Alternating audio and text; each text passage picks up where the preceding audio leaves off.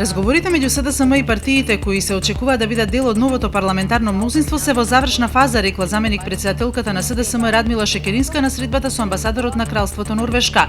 Преговорите за сите прашања се водат исклучиво на основа на уставот, затоа постои согласност од сите страни. Очекуваме Македонија во брзо време да ја добие новата влада, рекла Шекеринска.